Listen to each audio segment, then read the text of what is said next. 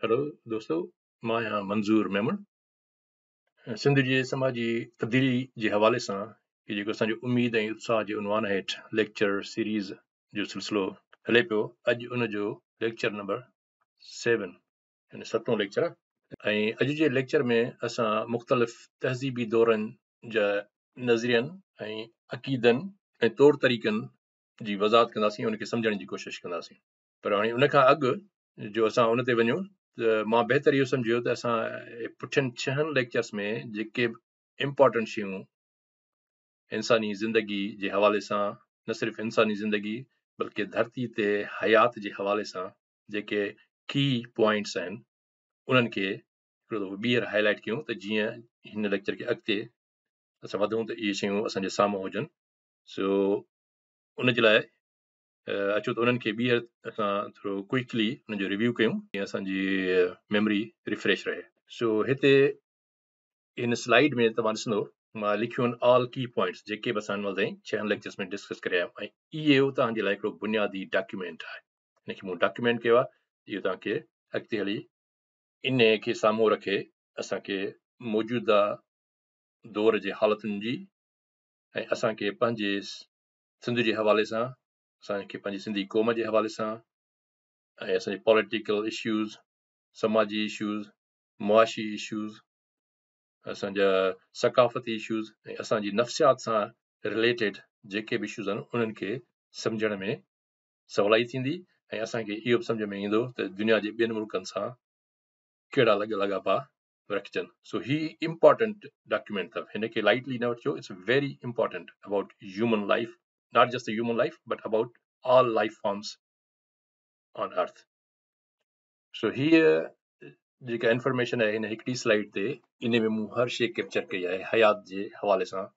हयात जे वजूद ऐं उन जी बका जे हवाले सां जेके फितरत जा उसूल आहिनि उन्हनि खे मूं हिन हिकिड़ी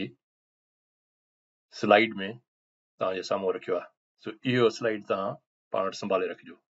सो असां ही डिस्कस करे आया आहियूं हुन जो तफ़सील पुठियनि लेक्चर्स में। सो जेकर तव्हांखे उहो तफ़सील वरी ॿीहर हुन जो जाइज़ो वठणो त उहे लेक्चर्स तव्हां ॿीहर ॿुधी सघो था। सो अॼु जे लेक्चर में हीअ त हयात जे उन्हनि उसूलनि में कहिड़ा उसूल आहिनि। हिकिड़ो इहो त हयात जा जे वजूद बाबति त पहिरियों इहो त हुन जा ॿ क़िस्म आहिनि, हिकिड़ो नबातात, ॿियो हैवानात, यानी प्लांट्स ऐं ॿियो एनिमल्स। ऐं इहो बि असां ॾिसो इन ॿिन्ही में फ़र्क़ु कहिड़ो आहे त निबातात हिकु जाइ खां ॿी जाइ ताईं उन्हनि में चुरपुर मुमकिन न हूंदी आहे, जॾहिं त हैवानात जिन में असां इंसान बि शामिल आहियूं,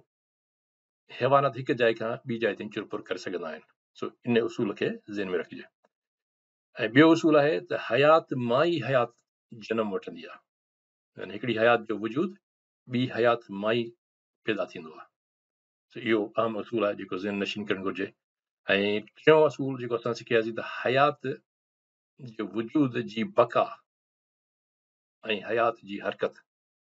जॾहिं असां हयात जी हरकत था चऊं त निबातात में जेका हरकत आहे उहा सिर्फ़ु उन हिकिड़ी जॻह ते को ॿूटो को वणु मथे फुटे थो वधे थो त उनजे वधण विझण जी, या जेका ॿी हैवानात आहे उनजी चुरपुर। इन्हनि ॿिन्ही शयुनि जे लाइ हयात जे वजूद जी बका ऐं उनजी हरकत जे हुजण लाइ ॿ शयूं लाज़मी आहिनि। कहिड़ो? नंबर 1, हिकु त उनजी रहण जी जाइ या फितरी माहौल जंहिंखे असां चवंदा आहियूं नेचुरल हैबिटेट। ऐं ॿी कहिड़ी शइ अहम आहे, उहा आहे हवा, पाणी ऐं खाधो खुराक जंहिंखे असां चवंदा आहियूं रिसोर्सिस। सो इहे रिसोर्सिस, नेचुरल हैबिटेट ऐं रिसोर्सिस जे बग़ैर धरती ते हयात जो वजूद मुमकिन न आहे। तंहिं करे इहे ॿ शयूं हुजनि। ऐं टियों अहम असूल कहिड़ो आहे त निबातात पंहिंजी खुराक पाण ठाहींदा आहिनि। वण टिण ॿूटा पंहिंजी खुराक पाण ठाहींदा आहिनि। उन्हनि खे हवा पाणी त मौजूदु हूंदो आहे फितरत जे तरफ़ां, हवा ऐं पाणी, बाक़ी हू रोशनी जी मदद सां पंहिंजी खुराक पाण ठाहींदा आहिनि। ऐं जंहिं तरीक़े सां ठाहींदा आहिनि उन केमिकल प्रोसेस खे असां चवंदा आहियूं फोटोसिंथेसिस। सो फोटोसिंथेसिस अमल जे ज़रिए निबातात पंहिंजी खुराक पाण ठाहींदा आहिनि, पर हैवानात पंहिंजी खुराक पाण कोन ठाहींदा आहिनि। सो उन जे लाइ हैवानात खे पंहिंजे बका जे लाइ छा आहे त हैवानात जे वजूद जी बका छा ते मुमकिन आहे? खुराक ते लाज़मी आहे। त खुराक हैवानात जी खुराक ख़ुदि ॿी हयात मां हूंदी आहे, या निबातात या हैवानात मां। सो इहा ॻाल्हि त तइ थी वई त निबातात पंहिंजी खुराक पाण ठाहींदा आहिनि, पर हैवानात पंहिंजी खुराक पाण कोन ठाहींदा आहिनि। हैवानात खे ज़िंदह रहण जे लाइ ॿी हयात जी ज़िंदगी वठणी पवंदी आहे, यानी ॿी निबातियात, उहा निबातात हुजे या ॿी हैवानात हुजे, उन्हनि खे खाइण सां हिकु हैवान पंहिंजी हयाती या पंहिंजी वजूद जी बका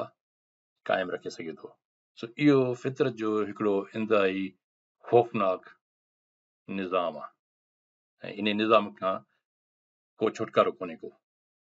त हयात हैवानात जी बका जे लाइ ॿियनि हैवानात खे मरणो पवंदो।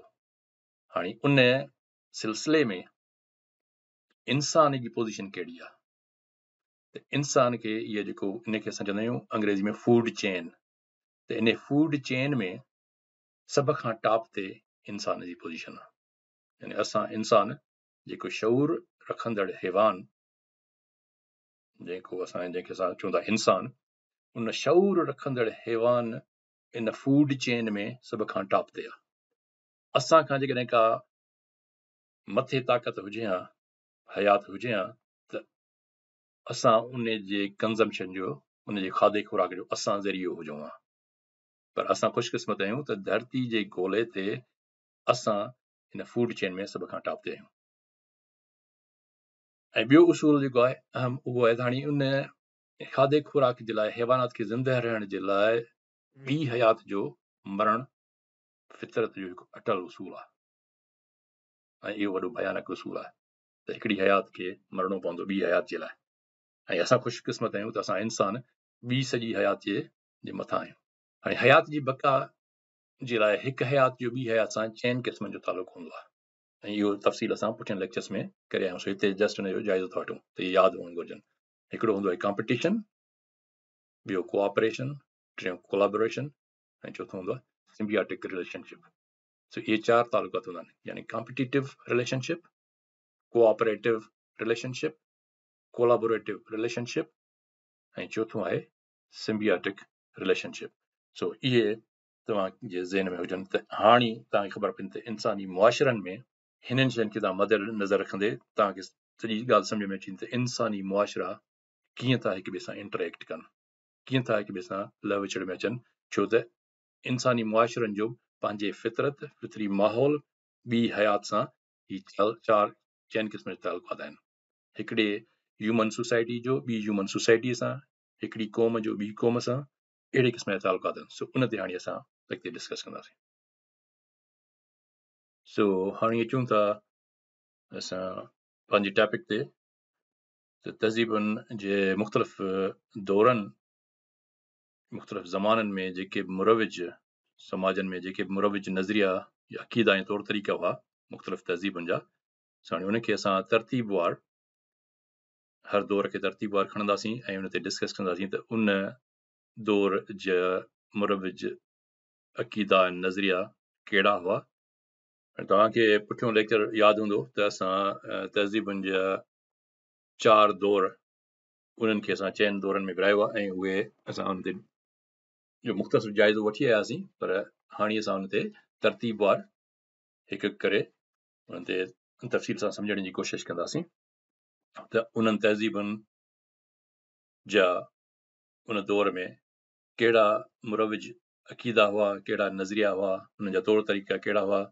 सो उन्हनि सभिनी शयुनि ते हाणे असां तफ़सीलनि रोशनी विझंदासीं ऐं उनखे सम्झण जी कोशिशि कंदासीं।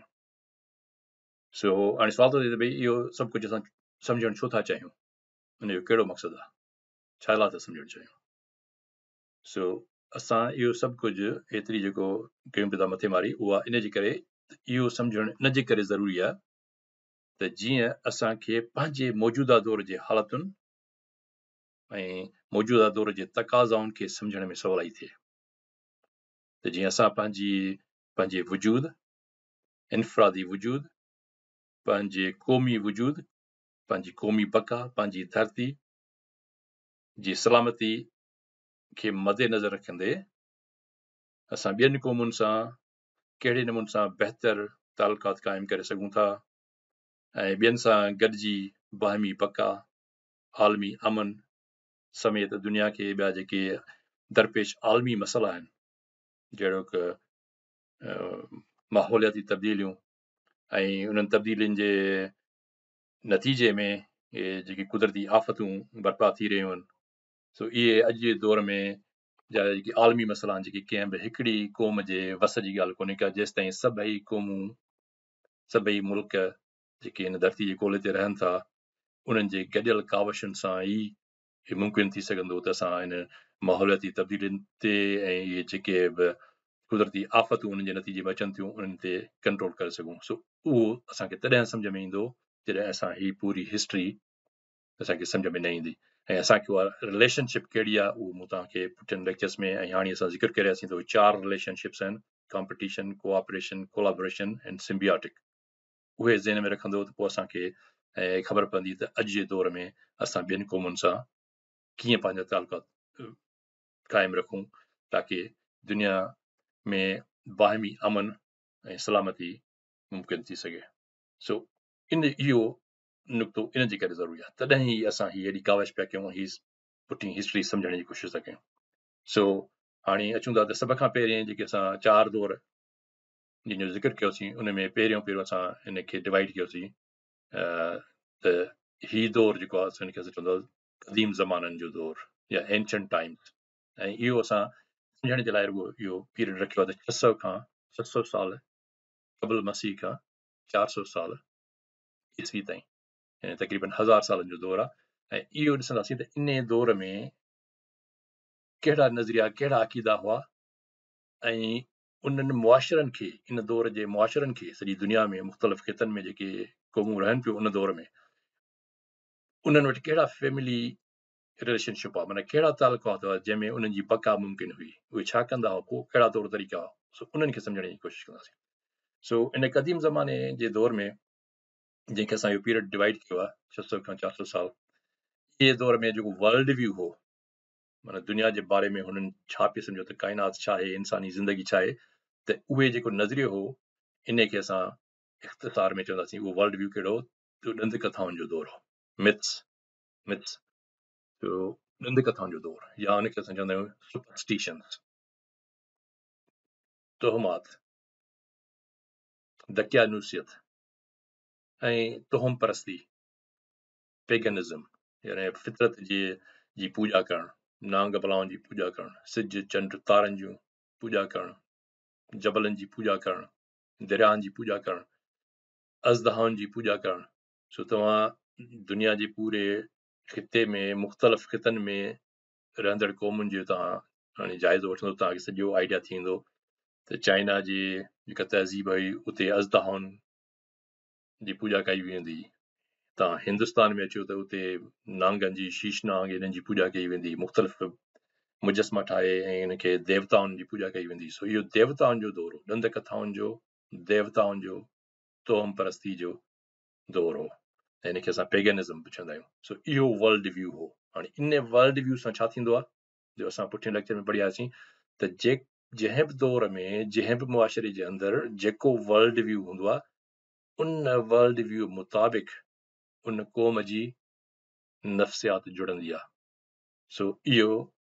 असांखे सम्झणु ज़रूरी आहे अॼु जे दौर में असांजी नफ़्सियात असांजे उन्हनि उसूलनि ते आहे जेके असांजे ज़हन में आहिनि त असां दुनिया खे कीअं था ॾिसूं त इन जे करे ज़रूरी आहे वर्ल्ड व्यू त उन दौर जो वर्ल्ड व्यू हो ॾंद कथाऊं दकियानूसियत तोहम परस्ती ऐं पेगनिज़म हाणे अहिड़े माहौल में अहिड़े वर्ल्ड व्यू में पोइ जेके क़ौमूं रहनि पियूं उहे छा ते पियूं डिपेंड कनि उनजो रिलायंस छा ते हो छा ते दारोमदार हो त उहे पंहिंजी बका खे क़ाइमु करे रखनि त उन जे लाइ उनजो रिलायंस हो ॿिनि शयुनि ते इनखे ॿ असां मेजर शयूं था चऊं मेजर की कॉन्सेप्ट हिकिड़ो त फैमिली टाइज़ माने कुटुंब कबिले सां जुड़ियल रहणु उन्हनि क़ौमुनि जी बका ई हिन में हुई त उहे पंहिंजे कुटुंब कबिले सां पंहिंजे फैमिली सां जुड़ियल रहनि ऐं हिक ॿिए खे प्रोटेक्ट करे सघनि ऐं ॿियो उन्हनि जी बका जे लाइ हू छा ते डिपेंड कंदा हू मुक़दस उन्हनि अलामतूं ठाहियूं टोटम ऐं टेबूज़ ऐं ममनू कयल अमल त उनखे ख़बर त हीअ असांखे ही असांजूं अलामतूं आहिनि ही मुक़दस आहिनि ऐं इन्हनि खे पंहिंजे उनखे वॾी तकलीफ़ सां ॾिसंदा हुआ सो इन्हनि शयुनि ते हू डिपेंड कंदा हुआ त हू सम्झंदा इहा अलामत जेकॾहिं असांखे हली वई त असां जे लाइ वरी तबाही अची वेंदी। सो इहो अलामतुनि जो दौरु हो ऐं इहे इन्हनि ते भाड़ियो वेंदो हो। ऐं पोइ इन मुआशिरे में कहिड़ियुनि ॻाल्हियुनि ते वधीक ज़ोर ॾिनो वेंदो, उहो इहो हूंदो त उहे प्रेयर्स माना इबादतूं, पूॼा पाठ, के बि ताक़तुनि खे ॿाॾाइणु, पनाह घुरणु। सो इहो हूंदो प्रेयर्स। ॿियो रिचुअल्स माना पूॼा पाठ, साठ सवण, रीतूं रस्मूं, हीअ रस्म अदा करणी आहे, त इहे प्रेयर्स ऐं रिचुअल्स ते ज़ोर हूंदो त उन मुआशिरे में, कबीले में, फैमिली में जेके माण्हू रहंदा उन्हनि खे इन्हनि शयुनि जी तलकील कयल हूंदी त इहे इन्हनि शयुनि ते अमल कनि ऐं क़ुर्बानी ॾियणु, बलिदान, इंसान जो क़ुर्बान करणु पंहिंजे देवताउनि खे, पंहिंजे ख़ुदाउनि खे राज़ी करण जे लाइ, हुनजे लाइ इहो त भई इहे तरीक़े सां कंदासीं त असांजी बका क़ाइमु रही सघंदी। सो मुआशिरे जी नफ़्सियात जो तालुक़ उन्हनि वर्ल्ड व्यू सां आहे जेके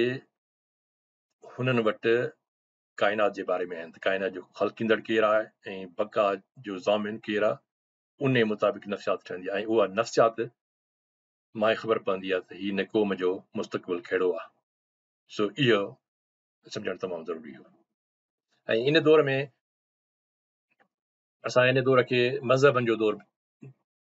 चऊं त को हिन में वधाउ कोन थींदो, छो त इन ई दौर में दुनिया में मुख़्तलिफ़ ख़ितनि में मुख़्तलिफ़ मज़हबनि तश्कील थिया ऐं उहे क़ाइमु थिया, बर्पा थिया। जीअं चाइना में कन्फ्यूशियस जो मज़हब हो, हुन पंहिंजो मज़हब ॾिनो। अहिड़े नमूने सां इंडिया में अचो त इंडिया में काफ़ी मज़हब, हिंदू धर्म ऐं वेदांत, ऐं अहिड़े नमूने सां बुद्ध मज़हब, बुद्धिस्ट सिविलाइज़ेशन। सो अहिड़े नमूने सां तव्हां वरी मिडल ईस्टर्न यूरोप में वञो त उहो तव्हांखे मुख़्तलिफ़ मज़हब, अरबस्तान जी सरज़मीन में हिन मिडल ईस्टर्न खिते में कई मज़हब हिन में आया, जंहिंमें सो इहो मज़हबनि जो दौरु हो, जंहिंमें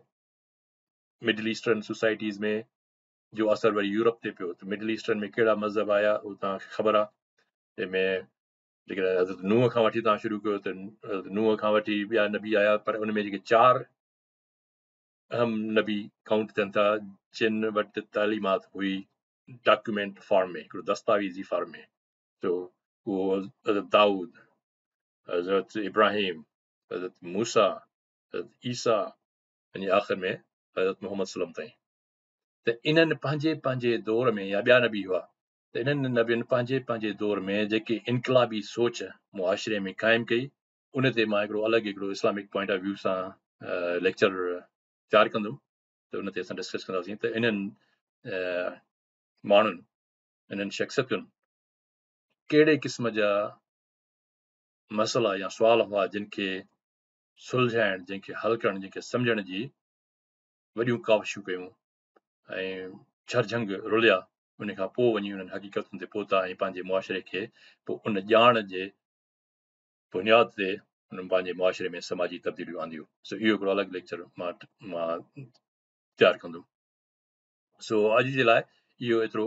मुंहिंजे ख़्याल में त डिस्कस थी वियो, तव्हांखे ख़बर पइजी वई त एंशंट दौर में छा हो। सो